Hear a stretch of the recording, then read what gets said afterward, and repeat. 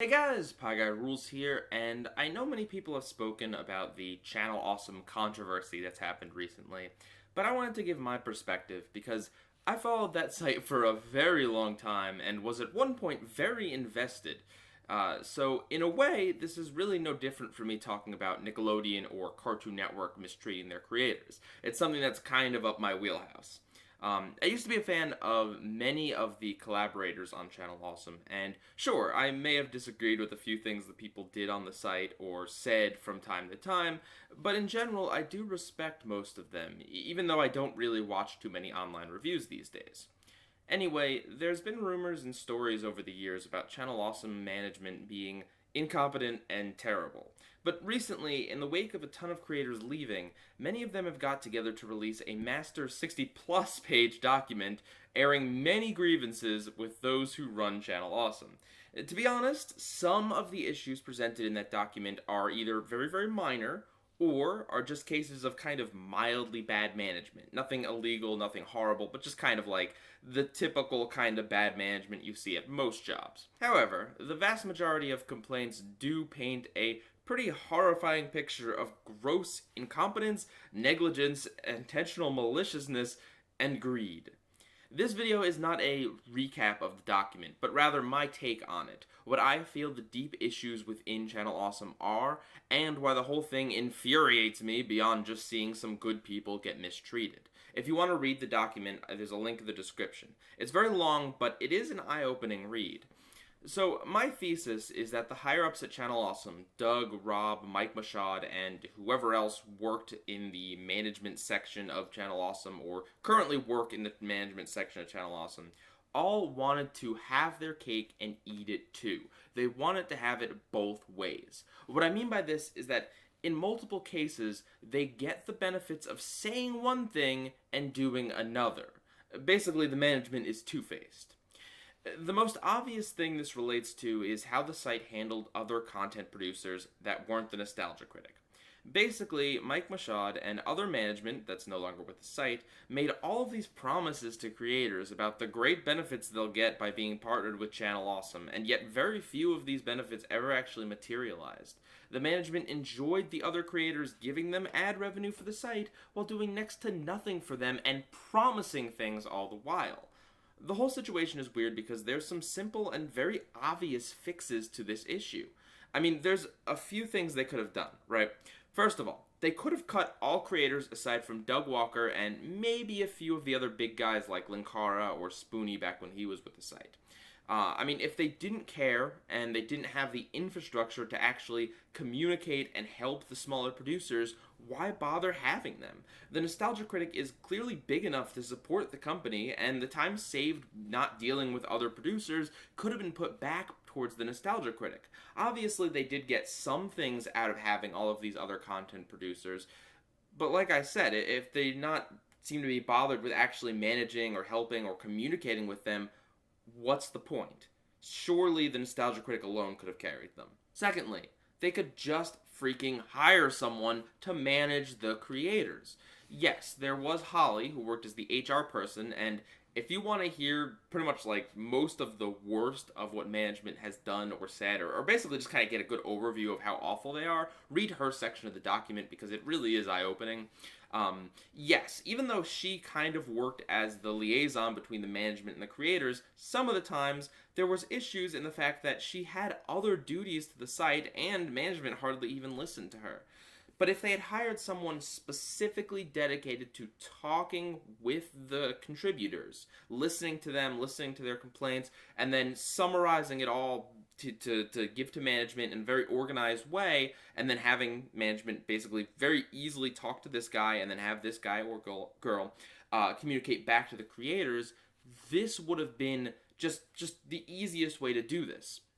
Yes, you know, it would cost some money out of pocket to hire another staff member, but think of how much money they could potentially make from this by having the site just be organized, having all the creators be on the same page, you know, making it easier for them to collaborate with each other, making it easier for them to know what's going on with the channel and the Nostalgia Critic and everything, and being able to have the contributors more effectively like communicate their ideas back to management. You have a lot of really talented people that know what they're doing. If you were to basically use their ideas a little bit more, I think that there's a lot to be gained from that. So, yes, it would cost money, but I think in the long run it would make them up money and would prevent all of this trouble. And then the third option is just, if Channel Awesome, if the management were to make it clear from the get-go to the creators that, look, Channel Awesome is a place for hosting only. You know, if they didn't make any promises, they stopped saying that they were going to feature X, Y, or Z person. They stopped saying, well, you're going to get a spin-off channel where you can run inked reality, Linkara. If they stopped saying things like that, right, and they just said, look, we are a website where you can host your content. You know, in a time before YouTube really kind of allowed these creators to exist, you know, this would be a way to find your content on Blip. If they had just promised that, right, and they had said, like, look, that's the deal. If you don't like that, you know, if you want someone that's a little more hands-on, if you want some more strict benefits, then we're not the company for you. If they had been clear and upfront about that from the start, then this isn't a problem. You know, yes, Channel Awesome might not have been as good as it was, or it might not have had as many crossovers or whatever, but at least you wouldn't have all of these complaints, all of these grievances, all of these problems that came up. You would have what is basically just a website that hosts other creators. They get the ad revenue from it, and the creators get a little bit of exposure with no other fake promises being made. I mean, it really is that simple. If they had done one of those three things, they could have prevented a lot of problems down the road. I can understand that in the early days they made promises that fell through, because there's a learning curve with these things. The internet is still relatively new, and 10 years ago that was definitely the case, especially when it came to producing online videos. So I can understand if the management and the walkers and everyone kind of had all of these grand ideas that just kind of fell through because no one really quite knew exactly how much time or effort or what was going on, what was needed into making certain things possible. I can understand that happening in the early days, but at this point, 10 years later, they should not be making empty promises. They should either know that they can't keep these promises and not make them, or they should have the resources and ability to do certain things. One of the things in the stories was that supposedly the banner on the new Channel Awesome website up at the top was supposed to rotate through a bunch of different producers, kind of like having a banner of the Nostalgia Critic one day, and then Linkara another day, and then, you know, Phaelus another day. Like, it was supposed to rotate through. They promised that, and really that doesn't seem like too difficult a thing to do. You have to have the artwork for the banners, and then you have to basically program it into the website that it rotates on a few different days, or you could just manually change it every day as you do the manual update.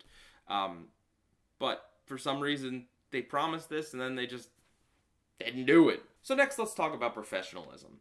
The great thing about online content is that it gives everyone a voice and a chance to make whatever they want, free of old media like television and film's influence. The dark side of this is that sometimes you end up with people getting popular who literally have no idea how to handle that. You see this all the time in places like online journalism, because these are just kind of random people with not a traditional background in the medium who just happen to get popular. They've never been trained to think about things like ethics or professional courtesy. Same thing with people who get big enough to turn their hobby into a business. They have no background in business, and so when doing things like hiring employees and managing contracts, they often make really huge mistakes that end up hurting people. Not because of any maliciousness, just because they really don't know any better. Thing is, we cut small to medium-sized YouTubers a break because we know they don't have a ton of experience, money, or resources. We can excuse things like them making factual mistakes, having poor lighting, using stock music, not knowing how to properly run a set. We cut people slack because this is the price of being a small to medium-sized channel being run by one or a few people who may not have had any background in production. However, after 10 years, millions of dollars earned, collaborating with many people both on and off of Channel Awesome, thousands of videos made, employing actors and renting a studio, you are no longer a small producer. Not just because they've been successful, but also because of intentional decisions they've made to grow. That is what makes them a business. And as such, they should be expected to act with at least semi-professionalism. No one expects perfection, but the basic mistakes they made and utter failure to correct for them shows that they're not professionals when they clearly should be. And yet, the worst of this is during anniversary movies, when they didn't do basic things like have craft services, food and water for the talent, who are just standing around a lot of the time waiting for their next scene to be on. Having multiple cameras on the set, which would speed things along, and definitely provide a backup just in case something went wrong with the one camera they brought. Not securing the rights to film in locations, which is something that could get the people that are acting in your production in huge trouble if caught by the police. These things might fly for a small content creators where it's just one or two people kind of doing their own thing. But when you are a business and when you're responsible for many actors and talent, this is just deplorable. And it frustrates me as someone who graduated with a major in film. They act like a small amateur production when they have the means to be at least somewhat professional. And if they don't know how to handle production of an indie film, which is basically what To Boldly Flee, Suburban Nights, and their other post-Brawl movies were, they should have actually hired someone who knew what they were doing to produce the stinking thing. There are people who do that. You can hire someone to be a producer, to put together everything, to secure rights, to make sure you have all the right equipment, to put everything together, basically.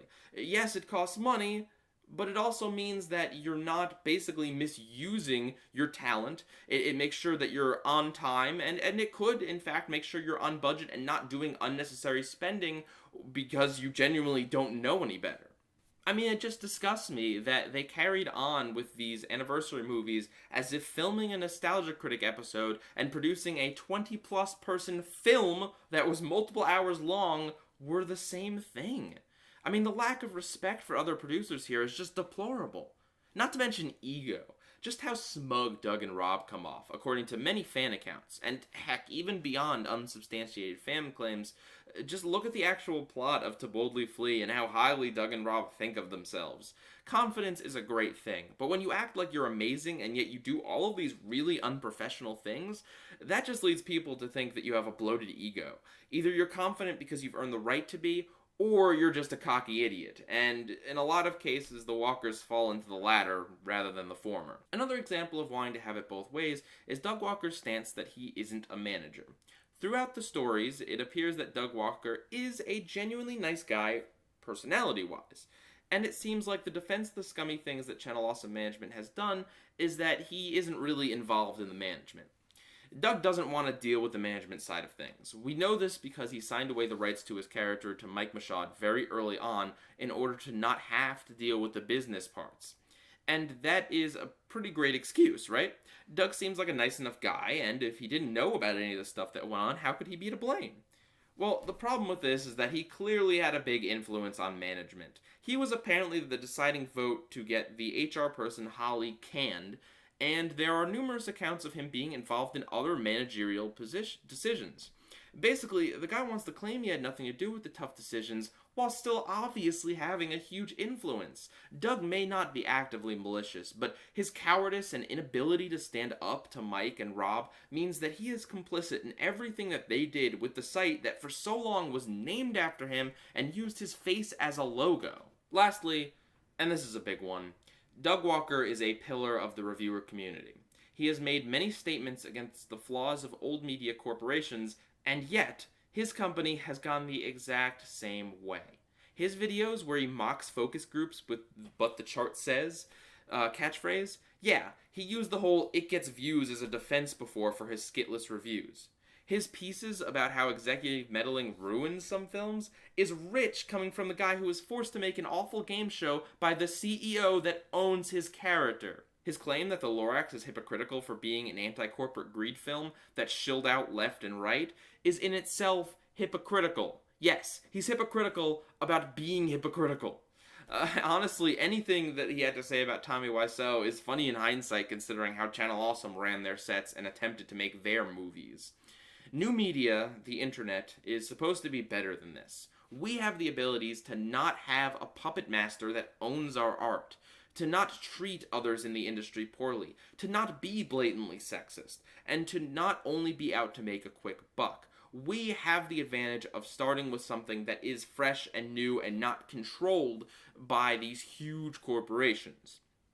To see such a big name have all of these issues, all the while rallying against them, is just sad and manipulative, since Doug and Rob clearly don't believe in them themselves. Yes, Mike Machad is an awful person that single-handedly caused about 80% of the issues with the site.